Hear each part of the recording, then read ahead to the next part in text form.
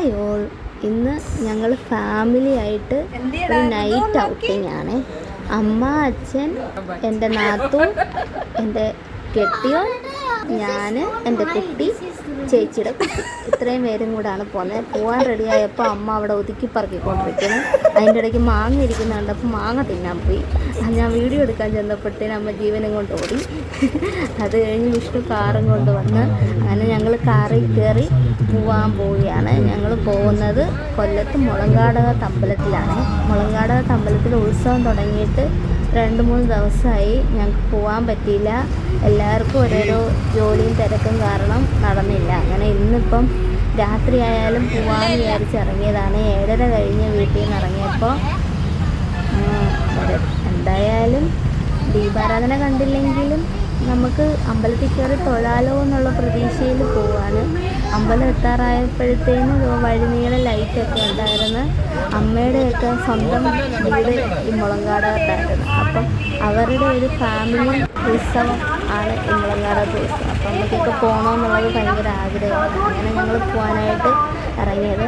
അവിടെ ചെന്നപ്പോൾ ഫുള്ള് കളിപ്പാട്ടങ്ങളൊക്കെ കണ്ടപ്പോഴത്തേനും പിള്ളേർ 2 പേരും അതിലോട്ടായിരുന്നു ചാട്ടം. പിന്നെ ഞങ്ങൾ അമ്പലത്തിൽ കയറി തൊഴുതിട്ട് മേടിച്ച് കൊടുക്കാമെന്നും പറഞ്ഞ് സമാധാനിപ്പിച്ചൊക്കെ കൊണ്ടുപോകാൻ.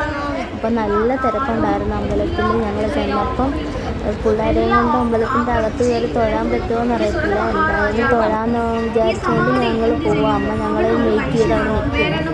അങ്ങനെ ഞങ്ങൾ അവിടെ ചെന്ന് തൊഴാൻ കയറിയപ്പം അവിടെ തിരക്ക് കാരണം പറ്റുന്നില്ല. അത് കാരണം ഞങ്ങൾ ജസ്റ്റ് കയറി ഒന്ന് തൊഴുതിട്ട് ഞങ്ങളങ്ങ് ഇറങ്ങി. അമ്മ തൊഴുതാനായിട്ട് വെയിറ്റ് ചെയ്ത് അകത്ത് കയറി തൊഴുതിട്ടൊക്കെയാണ് വന്നത്. ആ സമയത്ത് ഋതുവിനെയും കൊണ്ട് അവൻ്റെ അപ്പൂപ്പൻ കളിക്കുവാണ്. ഏതോ ഒരു അപ്പൂപ്പൻ്റെ സൈക്കിളിൽ കയറി ഇരുന്നിട്ട് അവൻ കളിക്കുന്നത്. അവന് സൈക്കിൾ ഭയങ്കര ഇൻട്രസ്റ്റാണ് കളിക്കാൻ. അപ്പോൾ ആ അപ്പൂപ്പൻ നടന്നു വന്ന് ആരാടാ എൻ്റെ സൈക്കിളിൽ കയറി ഇരിക്കുന്നതെന്നൊക്കെ ചോദിക്കുന്നുണ്ട്.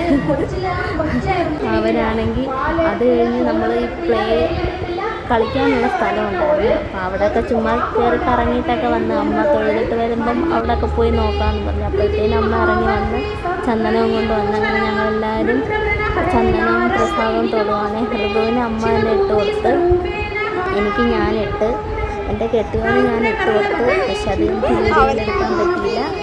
അങ്ങനെ ഞങ്ങൾ ചന്ദനം എല്ലാവരും തൊട്ടതിന് ശേഷം അവനാണെങ്കിൽ ഐസ്ക്രീം വേണം എന്ന് നേരത്തെ പറയുന്നുണ്ടായിരുന്നു.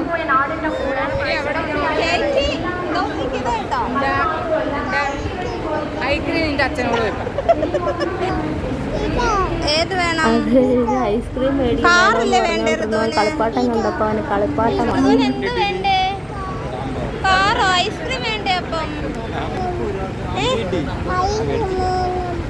കളിപ്പാട്ടങ്ങൾക്ക് ഒടുക്കത്തെ റേറ്റാണ്. 250 രൂപയാണ് ആ ഒരു കുഞ്ഞി കാറ്. ഇവൻ്റെ കയ്യിൽ ഇരിക്കുന്ന ഈ കാറിന് 40 രൂപ, ആ കണ്ണാടിക്ക് 50 രൂപ. പിന്നെ ആ കണ്ണാടിയും മേടിച്ച് ആ കുഞ്ഞി കാറും മേടിച്ച് ഞങ്ങൾ മാറി. മറ്റേ 250 രൂപയുടെ കാർ തേവൂട്ടന് മേടിച്ച് കൊടുത്തേ. അത് കഴിഞ്ഞ് ഞങ്ങൾ അവിടുന്ന് കാപ്പി കുടിക്കാൻ തിരിച്ചു. അവിടെ ഇഡലിയും സാമ്പാറും കൊടുക്കുന്നുണ്ടായിരുന്നു. അപ്പോൾ ഇഡലിയും സാമ്പാറും കഴിക്കാനുള്ള ക്യൂവിലാണ് ഞങ്ങൾ നിൽക്കുന്നത്. അവനാണെങ്കിൽ ഒരു സമാധാനം ഇല്ലാതെ ഐസ്ക്രീം എന്ന് പറയുന്നുണ്ടായിരുന്നു. ഐസ്ക്രീം കൊടുത്തു കഴിഞ്ഞാൽ പിന്നെ അവൻ ഇഡലി കഴിക്കത്തില്ല. അതുകൊണ്ടാണ് മേടിച്ച് കൊടുക്കാൻ. അങ്ങനെ പിന്നെ ഞങ്ങൾ ഇഡലി കഴിച്ചതിന് ശേഷം ഐസ്ക്രീം മേടിക്കാൻ പോയി. 4 കോൺ ഐസ്ക്രീം, 1 ചോക്കോ ബാറ്, 1 പിസ്ത ബാറുമായിരുന്നു മേടിച്ചത്. പിന്നെ ഒരു കപ്പ് പോലത്തെ എന്തോ ഒരു ഐസ്ക്രീം, അതിനെന്തോ പറയുന്നത് എനിക്കറിയില്ല. എല്ലാവരും കൂടി ഇരുന്ന് കൂട്ടത്തോടെ ഐസ്ക്രീം കുടിക്കുകയാണ്. അങ്ങനെ ഐസ്ക്രീം കുടിച്ച് കൊണ്ടിരുന്നപ്പോൾ ഋതു നല്ല രീതിയിൽ ആസ്വദിച്ച് കുടിക്കുന്നുണ്ട്. സൂപ്പറാന്നൊക്കെ പറഞ്ഞിട്ടാണ് അവൻ കുടിക്കുന്നത്. ഐസ്ക്രീം ഭയങ്കര ഇഷ്ടമാണ് കേട്ടോ. പിന്നെ തണുപ്പായതുകൊണ്ട് അവൻ്റെ ഐസ്ക്രീമൊക്കെ വേറെ ആരെങ്കിലുമൊക്കെ തിന്നില്ല. അവൻ ആ കപ്പ് മാത്രമേ ലാസ്റ്റ് തിന്നാൻ കിട്ടാറുള്ളൂ. ഏറ്റവും ലാസ്റ്റ് ഐസ്ക്രീം കുടിച്ച് തീർന്നത് അമ്മയാണ് ഏറ്റവും ആസ്വദിച്ച് ഐസ്ക്രീം കുടിച്ചിട്ട്. അത് കഴിഞ്ഞ് ഞങ്ങളങ്ങ് ഇറങ്ങി. ഇന്നൊത്തിരി താമസിച്ചത് കൊണ്ട് ഇനിയിപ്പം വേറെ പരിപാടിയൊന്നും കാണാൻ നിന്നില്ല. അവിടെ ഡാൻസും പരിപാടികളൊക്കെ ഉണ്ടായിരുന്നു. അത് കാണാനായിട്ട് 9:30 ആയി.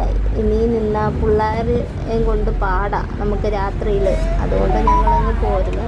വരുന്ന വഴിക്ക് എല്ലാം കണ്ട നല്ല ലൈറ്റ് ഉണ്ടായിരുന്നു. ലൈറ്റൊക്കെ കണ്ട് ഞങ്ങളങ്ങ് പോരുന്ന വഴിക്ക് പെട്രോൾ പമ്പിൽ കയറി പെട്രോൾ അടിക്കാൻ കയറിയതാണ്. അപ്പോൾ പെട്രോൾ അടിക്കാൻ കയറിയപ്പോൾ അവിടുത്തെ അങ്കിളുമായിട്ട് ഋതു സംസാരിച്ചുകൊണ്ടിരിക്കുക. അങ്ങനെ എല്ലാം കഴിഞ്ഞ് ഞങ്ങൾ തിരിച്ച് വീട്ടിലെത്തിയപ്പോൾ അച്ഛനെ ഇറങ്ങാൻ സമ്മതിക്കാതെ അവൻ ഡോറ് വെച്ച് അടയ്ക്കുവാണേ. അത്രയേ ഉള്ളൂ. അപ്പോൾ ടാറ്റ ബൈ ബൈ.